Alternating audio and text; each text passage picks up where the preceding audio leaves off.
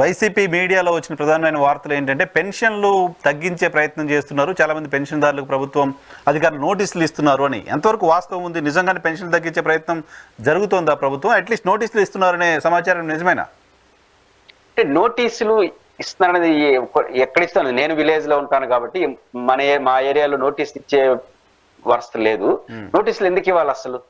నా పాయింట్ ఏంటంటే ఇదేమన్నా వాళ్ళ సదరం హ్యాండిక్యాప్డ్ వాళ్ళు సదరం సర్టిఫికెట్ ని ప్రతి 15 ఇమీడియట్ గా 15 రోజుల్లో సబ్మిట్ చేయమన్నారంట.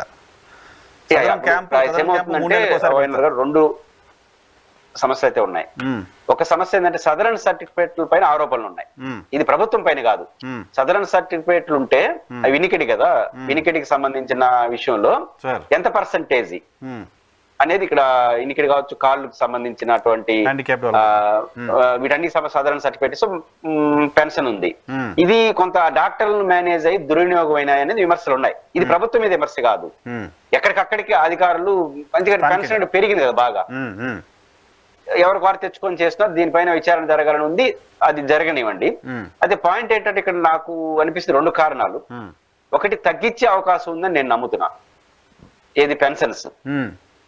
దానికి కారణం ఏంటంటే పెన్షన్స్ లో గత ప్రభుత్వం అందరికి ఇవ్వాలనే ఉద్దేశంతో అది లిబరల్ గా ఇచ్చి, అంటే అర్హులైన వాళ్ళందరికి ఇవ్వాలనే స్లోగన్ తీసుకునింది. దాంట్లో పాటు ఏమైందంటే ఒకప్పుడు 200-250 పెన్షన్ ఉన్నప్పుడు అది ఏదో పేదలకు ఇచ్చేది, ఒక దయతో ఇచ్చేదిగా భావించబడింది. అప్పుడు కొంత ఈ అప్పర్ క్యాస్ట్ లో ఉండేవాళ్ళు కావచ్చు, లేదా ఆర్థికంగా స్తోమత ఉన్న వాళ్ళు తీసుకోవడానికి కొంత మొహమాట పడ్డారు. ఇదే అది అభాగ్యులకి ఇచ్చే పెన్షన్ గా చూసుకున్నారు. ఇప్పుడు కాంట్రాక్ట్ వర్కర్ కు వచ్చినంత వస్తా ఉంది, 4,000 కదా ఇప్పుడు. కాబట్టి ఇది ఒక ఎసులుబాటుగా మారిపోయింది. ఇప్పుడు పెన్షన్ ఉండడం అప్పుడు ఆత్మగౌరవం, ఇప్పుడు హక్కు. పెన్షన్ అనేది మన ఎసులుబాటుగా మారిపోయింది.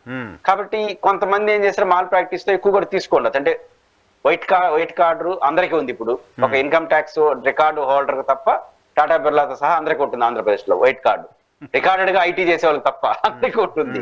దాన్ని బట్టి ఇవ్వలేరు. తర్వాత ఈ 300 రూపాయలు 300 యూనిట్లు విద్యుత్తు. కాబట్టి కొంత తప్పు జరుగుండే అవకాశం ఉంది. రెండోది, ఆంధ్రప్రదేశ్ ప్రభుత్వానికి వచ్చిన అదనపు సమస్య ఏంటి, వీళ్ళు వలివిగాలినటువంటి హామీలు ఇచ్చేశారు. ఈ అలివిగాని హామీలు ఇచ్చారు కాబట్టి ఎంత తగ్గిస్తే అంత మంచిది అనుకుంటారు. ఈ హామీల యొక్క భారం ఎక్కువగా ఉండడం కాబట్టి అది తగ్గించుకోవాలని లోపల మనసులో కోరిక ఉంది. ఫ్యాక్ట్ కూడా కొంత ఉంది, కొంత దుర్వినియోగం అన్నామా, ఎక్కువ అనర్హులు కూడా తీసుకుంటున్నారన్న ఒకటి ఉంది. అది ఎంతో తెలియదు, కానీ ఈ కోరిక మాత్రం లోపల బలంగా ఉంది. రెండు, ఇక్కడ దాన్ని ఆచారంగా చేసి వెళ్తే కేవలం టెక్నికల్ గా నిష్పక్షపాతంగా చేస్తారా, లేదా తగ్గించుకునే కోరికల భాగంగా మ్యాక్సిమం తగ్గించుకుంటే ఆ మేరకు తగ్గించుకోవచ్చని, లేదా తన రాజకీయ ప్రత్యర్థులు, అదేమో ప్రభుత్వ ఆలోచనేమో ఆర్థిక పరిస్థితి, ఈ గ్రామాల్లో ఏమో రాజకీయ పరిస్థితి, అంటే మన ప్రత్యర్థికి ఎత్తేద్దాం లేకపోతే మన ప్రత్యర్థికి తీసేద్దాం అని వీళ్ళ కోరికలు ఉంటాయి. కాబట్టి ఇది అప్పర్ హ్యాండ్ తీసుకుంది అనుకోండి, పెద్ద పొలిటికల్ నిజాలు కూడా ఇంకా జరగలేదు. అంటే గతంలో గతసారి ఏం జరిగిందంటే, స్థానికంగా గ్రామాల్లో ఎవరికైనా పెన్షన్ ఇప్పించాలి అంటే అది వైసీపీ నాయకుడి చేతిలో ఉండేది కాదు, వైసీపీ సర్పంచ్ చేతిలో ఉండేది కాదు, డైరెక్ట్ గా వాలంటీర్లు ఇచ్చేవాళ్ళు. సో ఇప్పుడు పెన్షన్లు డబ్బులు పంపిణీ డైరెక్ట్ గా పార్టీ కార్యకర్తలు చేసేస్తున్నారు బిహాఫ్ ఆఫ్ వాలంటీర్స్. ఒక సమస్య వస్తుందంటే వాలంటీర్లు ఉన్నప్పుడు అది ప్రభుత్వం మీద మంచి చెట్ల మీద పోతుంది. ఇప్పుడు వైసీపీ గవర్నమెంట్ లో ఉన్నప్పుడు కొన్ని పెన్షన్స్ పోయినాయి, ఈ విద్యుత్ ఛార్జీలకు సంబంధించిన బిల్లు వాటిని ఆటోమేటిక్ వెళ్ళిపోతాయి. వాళ్ళు ఏమంటారంటే అప్పుడు నిజం వెళ్ళిపోయిన ఆయన బాధపడ్డారు కానీ కక్ష కట్టి అనే ప్రశ్న రాలేదు. అప్పుడు ఈ నామ్స్ పెట్టారు కాబట్టి తీశారు. వాలంటీర్లు అంటే గవర్నమెంట్ నుంచి వచ్చినటువంటి వాలంటీర్ తీశారు. ఇప్పుడు వాలంటీర్లే లేరు, ఇంకొన్నదంతా గ్రామ సచివాలయ సిబ్బంది, వాళ్ళ వెనకాల రాజకీయ పార్టీ ప్రతినిధులు పోతున్నారు.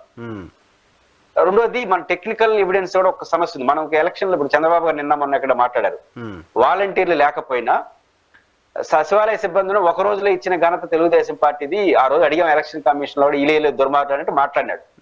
దాంట్లో ఒక ఏంటంటే వాలంటీర్ లేకపోయినా సచివాలయ సిబ్బందితో ఇచ్చాం కదా అని.